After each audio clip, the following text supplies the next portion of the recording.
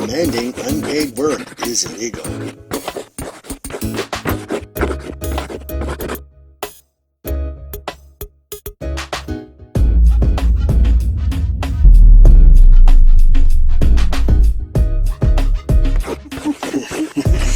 Well, we'll get to all that. Yeah.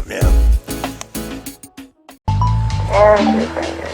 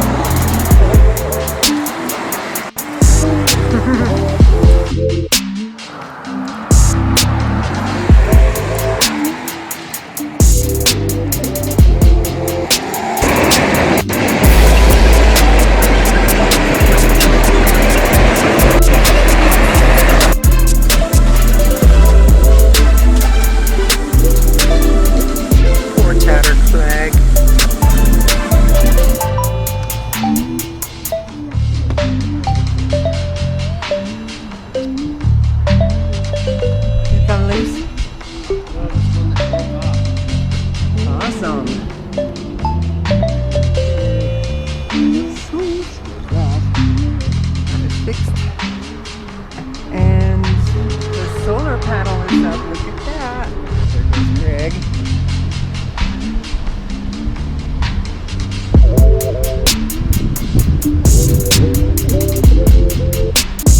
But it's beautiful out too.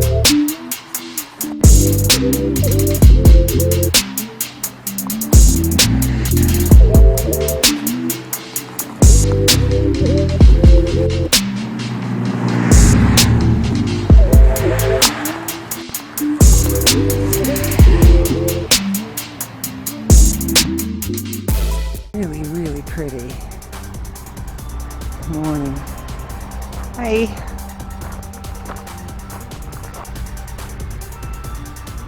I don't know if you can see in here, but really super nice, clean. Smells good in here. Everything clean.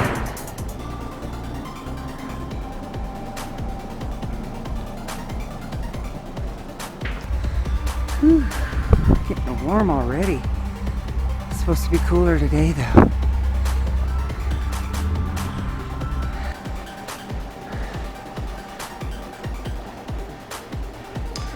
Some signs I made this one, and this one. It's nice to leave something a little better than you found it. And this is the sign that I made for our restrooms. There was what I thought was quite a disrespectful sign there before, and we've definitely fixed that.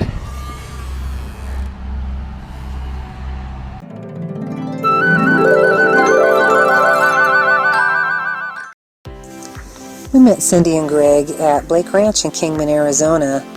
After 1 month on the job in that RV park, managers Kim and Bill had me and Mike train Cindy and Greg, and that went pretty well.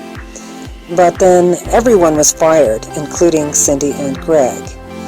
And what can I say? RV park managers can be absolutely insane, but Cindy became a Facebook friend. Fast forward 2 years later, we plan to spend the summer in Oregon, and that's where we're from.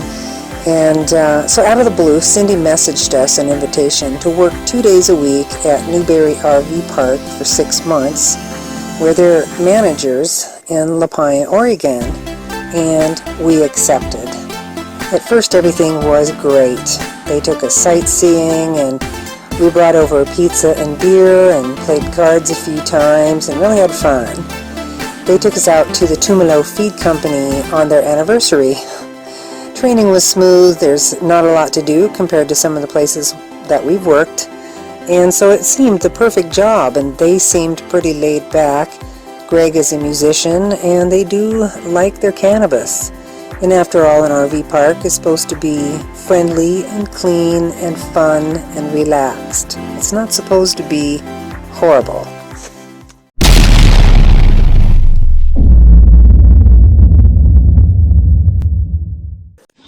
Disaster number 1. When Cindy demanded unpaid work against the owner's wishes. They insisted we monitor after-hours check-ins to make sure that they paid correctly, even though the owner, Luke, said not to several times. Apparently, this was an ongoing problem because they were just talking about it in the pre-employment meeting right in front of us. We use the captain's chairs as our main furniture and face backwards to watch our programs on the computer, so we don't see RVs arrive. We also have an all-weather coach with double-paned windows and extra insulation, so we cannot hear RVs arrive. We could barely hear the frequent freight trains and highway traffic that were no more than 50 yards away. But Cindy and Greg's front room faces directly out to the parking lot, and guests had to walk right up on their porch to self-register. Cindy became belligerent and threatened to fire us if we didn't comply.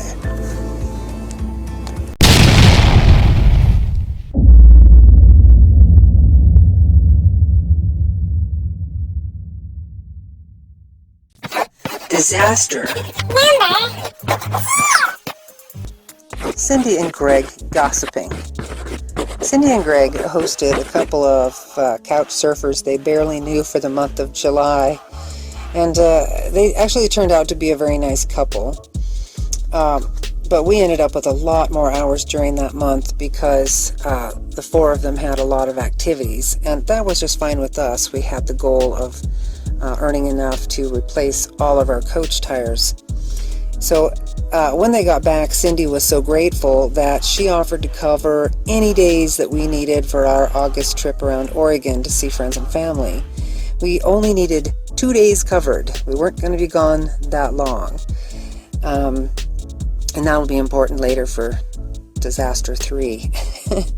So during a 4-day trip that Cindy and Greg took with their guests, we decided that Mike would work the same hours as me, an 8-hour shift every day, because we wanted to somehow make up for all the unpaid hours that we put in looking out the windshield until dark. And we also had to have the curtains open to do that and be facing the front. We couldn't watch anything because with the curtains open there's too much glare on the computers. There's just nothing you can do really but just spin the chairs around and look out the windshield, just kind of stare out there. So though we did have some long conversations, it was all unpaid after hours work. So right then, a few days later, we put in our timesheets, and Cindy threw a fit about the hours and went to the owner without us. So there was no way we could defend ourselves, no way to explain what we'd done. And there was, as I understand it, a lot of negative things said about us, taking too long for lunch and taking too many breaks and things like that, which just wasn't true. But they'd been spying on us with the cameras, and so they should have known all that. I mean, they have it remotely set up so they can just watch us work over the security cameras while they're gone. And we knew that too. I mean, if you're not doing anything wrong, you have nothing to hide. So she cut Mike's hours to 2 hours a day when they had been 4 hours a day. And so at that point, we totally refused to babysit the self-registration station. And that was all to make sure people paid correctly. It wasn't about helping people. We were always happy to help people after hours. And Cindy knew that. This was unpaid work to babysit the self-registration. So we refused to do that unpaid work, and she totally yelled about that. She came in the office and just threw a fit. And but she didn't fire us. She knew at that point we kind of just had it out, and I told her, you want to go to Luke about it, I will go to Luke too. And so far as that, we had not gone over her head and talked to him about anything.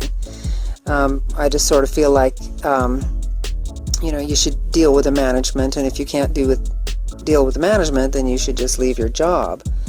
So she didn't fire us though, and that was good.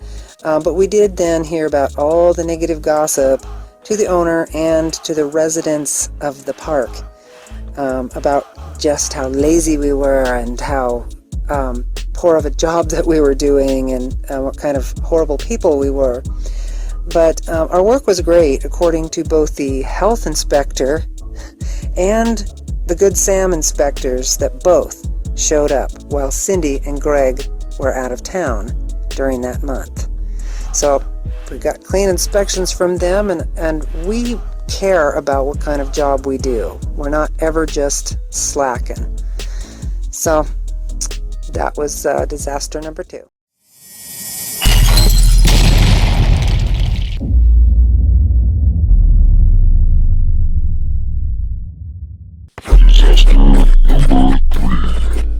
Cindy refused to cover the 2 days we needed for our August trip.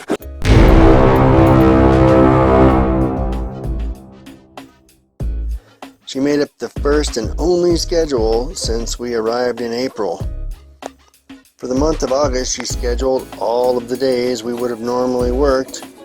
At this point, we had already made reservations and intended to make a 1,000-mile journey, a big loop all around Oregon, in 10 days. We offered to work the days directly before and after our trip, so it wouldn't be too much for them. They had already been there for 2 years without any help, and yet could not cover 2 days that they had already agreed to cover. So, she said we would be fired if we went. We decided we had enough stress, and we turned in our keys the day we were leaving. They came to our door to collect them. Several days before we left, Cindy was angry that Cheryl changed our spot on the software from complimentary to paid, as we were forced to pay for our spot while we worked there. Their house was complimentary. Ours was not. That was not part of the offer she made to us to work there. That only works for people that need hookups and desire to stay somewhere, cool, that's a destination spot. We actually witnessed Cindy raise her hand to Greg and warn him to shut up quite often, and then telling people she's abused in the endless gossip fest that was that RV park. Yeah, that was really stressful to see someone treat their spouse that way. That was really, really hard. And it's too bad. We had been friends with these people and liked them, and we were disappointed that it all ended this way. And lastly, there was one thing that did happen while we were there that was just really hard. It stressed us more than we realized. We kind of thought we handled it well, but that was that there was a suicide. A man shot himself in the head in the parking lot about 4 o'clock in the morning. And this was one of the residents that lived there. Again, we did not hear the shot, but we're kind of early risers, and we saw the police and the fire rescue people out there. So we ran out to see what was going on, and a policeman spoke with me, and he was asking questions about who it might be because they had not yet identified the fellow. Well, I told him that we were the assistant managers, and so we went up to the porch to knock on the door and get Cindy and Greg to wake up and come out and speak to the police and deal with this. And they're really late sleepers. They just were very hard to wake up. And so I kept knocking and knocking, and so Greg yells from the inside of the house for me to cool it, or whoever's knocking to just cool it. So he got to the door and he was just angry and ready to tear into me, and there was a policeman standing right there with me, and I told him what happened. So all in all, it you know, what could have been you know, a really good thing that we would have gone up there and worked every year, just you know, turned out to be a very stressful experience. And you know, what can I say? We probably will not do work camping again. But you know, there's other jobs out there. You don't have to be work camping. Our friends that travel do all kinds of jobs that are not work camping. So we'll see. But thank you for watching. If you liked it, please give a thumbs up and subscribe. Thank you very much.